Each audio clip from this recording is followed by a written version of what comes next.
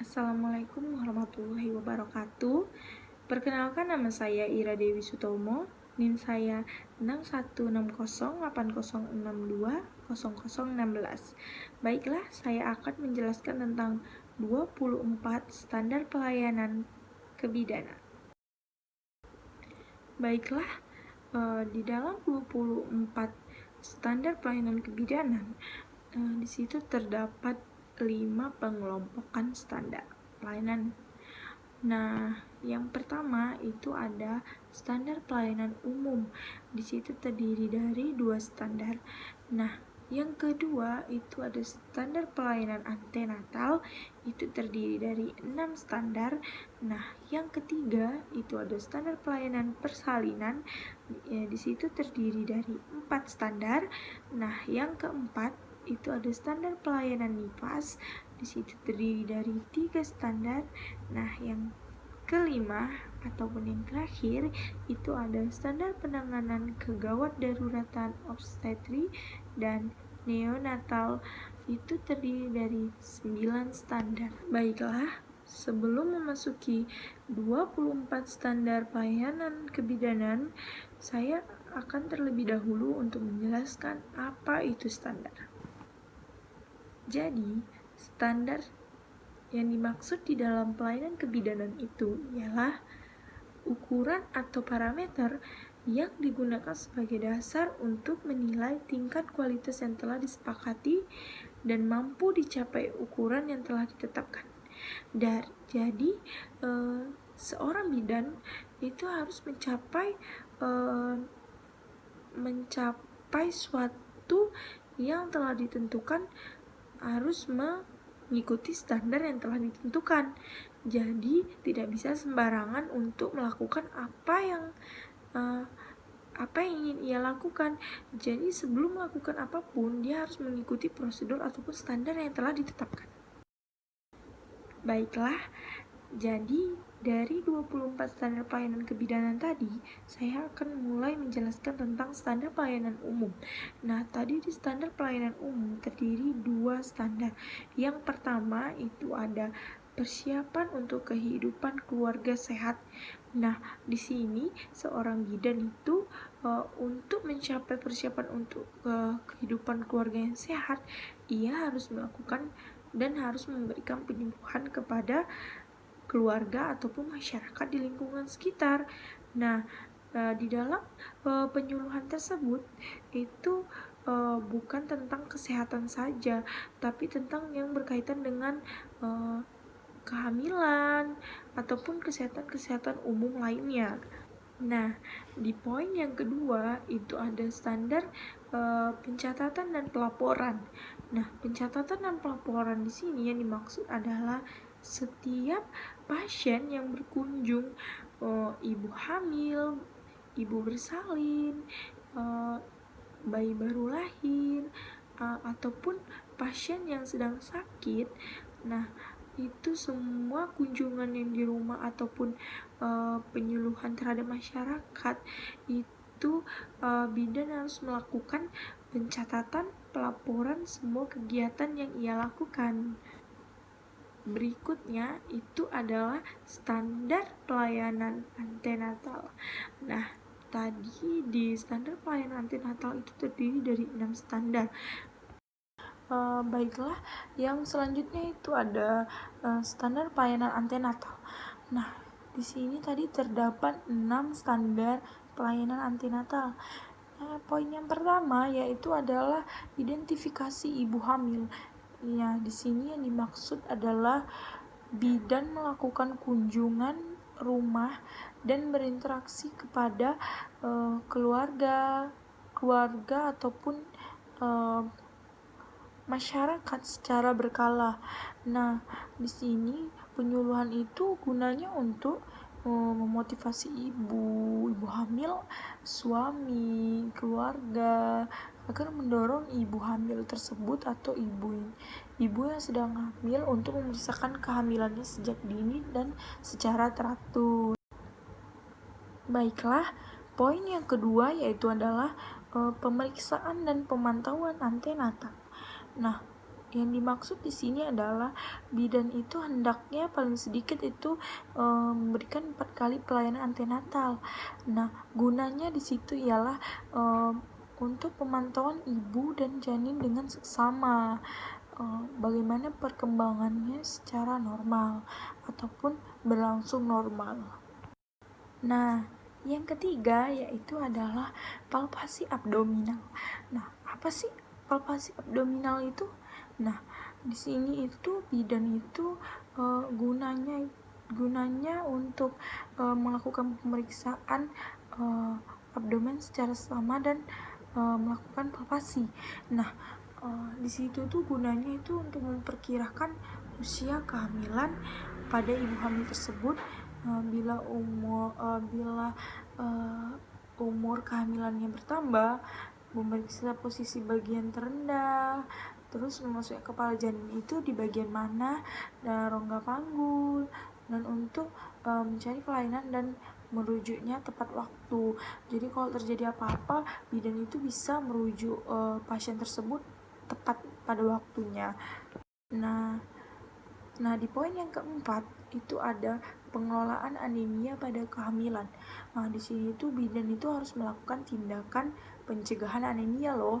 Nah, penemuan itu penanganan dan rujukan semua kasus anemia itu pada kehamilan itu bidan harus melakukan tersebut agar tidak terjadinya anemia pada kehamilan. Poin yang kelima yaitu adalah pengelolaan dini hipertensi pada kehamilan. Nah, bidan menemukan secara dini setiap kenaikan tekanan darah, kehamilan, dan mengenali tanda gejala preeklamsia lainnya, serta mengambil tindakan yang tepat dan merujuknya. Jadi bidan itu tetap harus menemukan secara dini apa yang terjadi pada ibu hamil tersebut. Nah, jika terjadi apa yang tidak diinginkan, seorang bidan itu harus tepat dan cepat untuk merujuk pasien tersebut. Nah, poin yang keenam yaitu adalah persiapan persalinan. Jadi bidan itu memberikan saran yang tepat kepada ibu hamil, suami ataupun keluarganya pada trimester 3, memastikan bahwa semua persiapan pada ibu hamil tersebut itu sudah aman dan bersih, dan suasana yang harus diciptakan itu adalah suasana yang baik ataupun yang menyenangkan. Baiklah, saya akan menjelaskan di standar pelayanan persalinan. Poin yang pertama ialah asuhan persalinan kala 1. Nah, di sini bidan menilai secara tepat bahwa persalinan sudah mulai. Kemudian memberikan asuhan pemantauan yang memadai dengan memperhatikan kebutuhan ibu selama proses persalinan tersebut. Poin yang kedua yaitu adalah persalinan kala 2 yang aman. Nah, di sini tuh bidan tersebut harus melakukan pertolongan persalinan bayi dan plasenta yang bersih dan aman. Kemudian ada poin yang ketiga yaitu penata laksanaan aktif persalinan kala 3. Nah, di sini bidan itu secara aktif harus melakukan penata laksanaan aktif persalinan di kala 3. Nah, untuk membantu pengeluaran plasenta dan selaput ketuban, nah secara lengkap untuk mengurangi kejadian pendarahan pasca persalinan di kala 3. Berikutnya, poin yang keempat itu ada penanganan kala 2 dengan gawat janin melalui episiotomi. Nah, di sini bidan mengenali secara tepat tanda gawat janin pada kala 2. Nah, dan segera melakukannya episiotomi dengan aman untuk memperlancar persalinan dan diikutin dengan penjahitan perineum. Kemudian ini ada standar pelayanan nifas. Nah, di poin yang pertama yaitu adalah perawatan bayi baru lahir. Nah, di sini tuh seorang bidan itu harus memeriksakan dan menilai bayi baru lahir itu untuk memastikan pernapasan spontan, mencegah asfiksia, menemukan kelainan, kemudian dan melakukan tindakan atau merujuk sesuai kebutuhan. Poin yang kedua yaitu adalah penanganan pada 2 jam setelah persalinan. Nah, di sini bidan melakukan pemantauan ibu dan bayi terhadap terjadinya komplikasi paling sedikit selama 2 jam setelah persalinan. Nah, poin yang ketiga itu adalah pelayanan bagi ibu dan bayi selama masa nifas.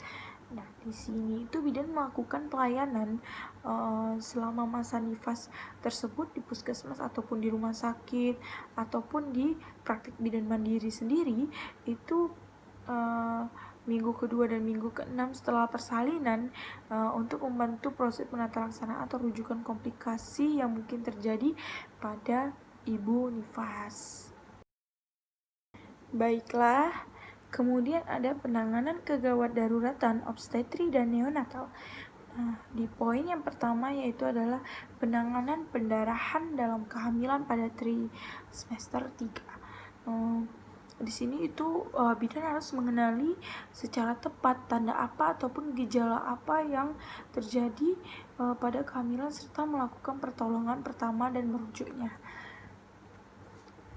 Kemudian, poin yang kedua yaitu adalah penanganan kegawat daruratan pada eklamsia.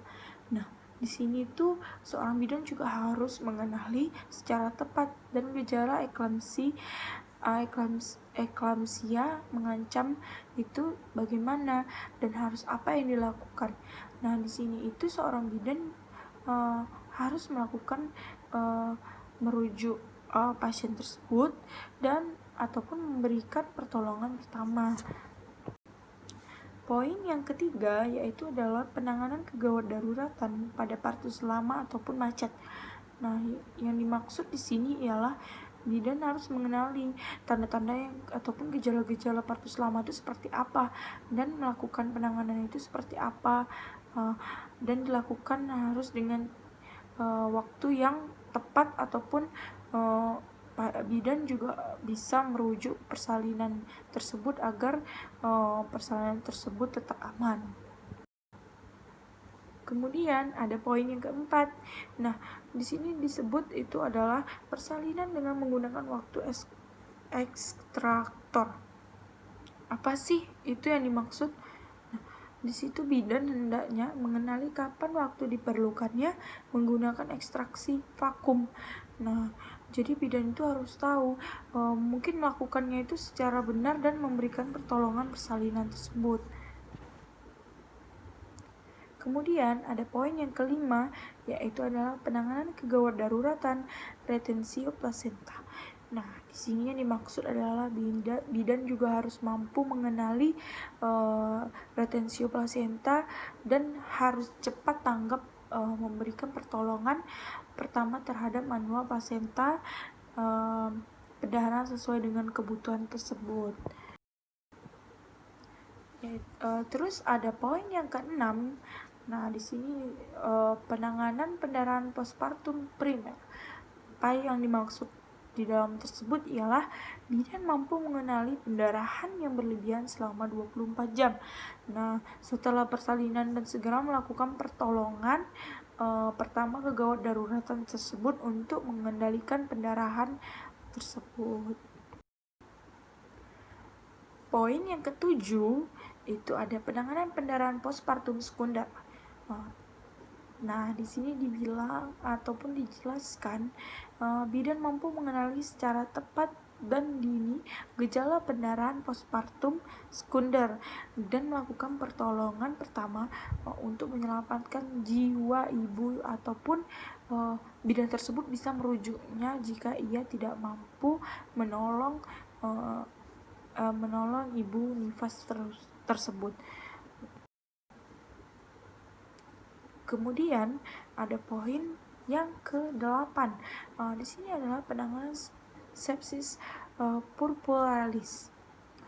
Di sini bidan mampu mengenali secara tepat tanda apa dan gejala apa yang terjadi. Kemudian bidan itu juga harus melakukan perawatan dan segera merujuknya jika bidan tersebut tidak mampu melakukan atau menanganinya sendiri. Nah, di sini ada standar yang ke-9 ataupun standar-standar semuanya jika digabung ini adalah standar yang ke-24.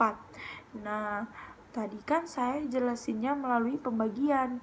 Kalau di sini ini adalah standar yang poin yang ke-9 ataupun yang ke-24 dan terakhir. Nah, di sini adalah penanganan asfiksia neonatal. Nah, apa sih itu? Nah, di sini dijelaskan bidan harus mengenali secara tepat bayi baru lahir dengan asfiksia serta melakukan tindakan secepatnya. Apa harus secepatnya? Nah, agar tidak terjadinya apa yang tidak diinginkan ibu ataupun bidan tersebut. Nah, memulai resusitasi, mengusahakan bantuan medis, terus harus melakukan merujukan bayi baru lahir dengan tepat dan memberikan perawatan lanjutan yang tepat dan aman. Nah, terima kasih ya teman-teman sudah mau mendengarkan penjelasan dari saya. Mohon maaf jika ada salah dan terima kasih. Cukup sekian. Wassalamualaikum warahmatullahi wabarakatuh.